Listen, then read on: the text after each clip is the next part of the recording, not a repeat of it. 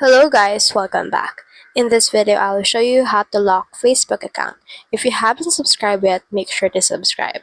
So what you can in that case is just head over here to your three lines, click on your name right there, and then you can see in here your actual Facebook. In order to lock it, click on these three dots, and in here you can see this option called lock profile. Head over and click on that, and then click on this lock your profile on the bottom, and then this will load for a little while, and as you can see, my profile has been locked. So let's see what it looks like as a point of view of a stranger. Let's click on the three lines again, or three dots, and let's head over and click on the view as right here in order to see what our profile looks like. It looks like right here. This means that I have locked my profile. So that's the whole process. If you have any questions, comment them down below and we'll try our best to answer.